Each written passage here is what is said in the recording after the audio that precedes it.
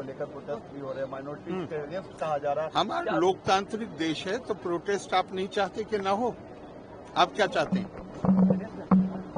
मतलब आप चाहते हैं हमारे देश में कोई प्रोटेस्ट ना हो?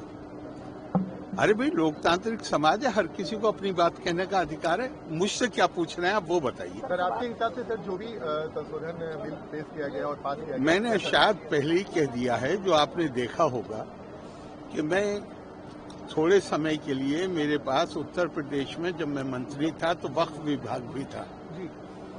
सारे मतलब पूरे वक्त उन्हीं लोगों से मिलना होता था जिनके मुकदमे चल रहे थे आपस में, चूंकि प्रॉपर्टी का मामला है और पुराना फैसला है कि वक्फ काहे के लिए है। मैं आपसे पूछ रहा हूँ, वक्फ काहे के लिए?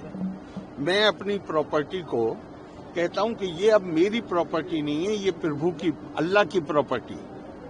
तो अल्लाह की प्रॉपर्टी का इस्तेमाल किसके लिए हो, किस कामों के लिए होना चाहिए? आपसे पूछ रहा हूं, किस काम के लिए होना चाहिए? धर्मार्थ के लिए, जन कल्याण के लिए, गरीब आदमी को फायदा पहुंचाने के लिए। पटना में कितने वक्फ हैं? कौन सा वक्फ कौन सा हॉस्पिटल चला रहा है, उसका नाम बताइए। कोई अनाथालय चला रहा है वक्फ, कोई बड़ा अनाथालय। और ये ध्यान रखिएगा कि वक्फ करने वाला एक विशेष समुदाय का हो सकता है, लेकिन वक्फ का जो फायदा है, आप कहें तो मैं कुरान की आयत भी कोट कर सकता हूं, इन्नमा सदकातु लिल फुक़राए वल मसाकीन। गरीब कमजोर आदमी के लिए दो शब्द प्रयोग किए गए हैं, फकीर और मिस्कीन। तो जब तो पूछा गया कि भाई ये दो क्यों है, तो कहा गया फकीर है जो डेस्टिट्यूट है, निर्धन है, मुसलमान, और मिस्कीन है जो गैर मुस्लिम है। दोनों का बराबर का अधिकार है। आप मुझे एक बताइए, कोई संस्था, पटना में बहुत वक्फ हैं, ये ध्यान रखिएगा, पर एक संस्था बताइए कोई मुझे जो निर्धन के लिए, गरीब के लिए, कमजोर के लिए काम कर रहा है। क्या हो रहा है वहां पे? सिर्फ आपस में मुकदमेबाजी।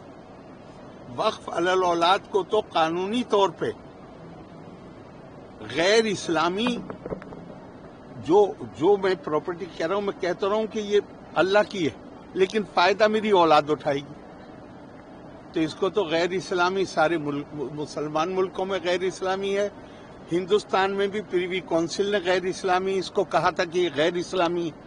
लेकिन जिन्ना ने एक्ट लाके 1913 में बिल लाके, उसका नाम ही है वैलिडेशन, मतलब ये गैर कानूनी है लेकिन हम इसको कानून बना रहे हैं। अब इसके बाद क्या होना चाहिए ये तो आप तय करिए।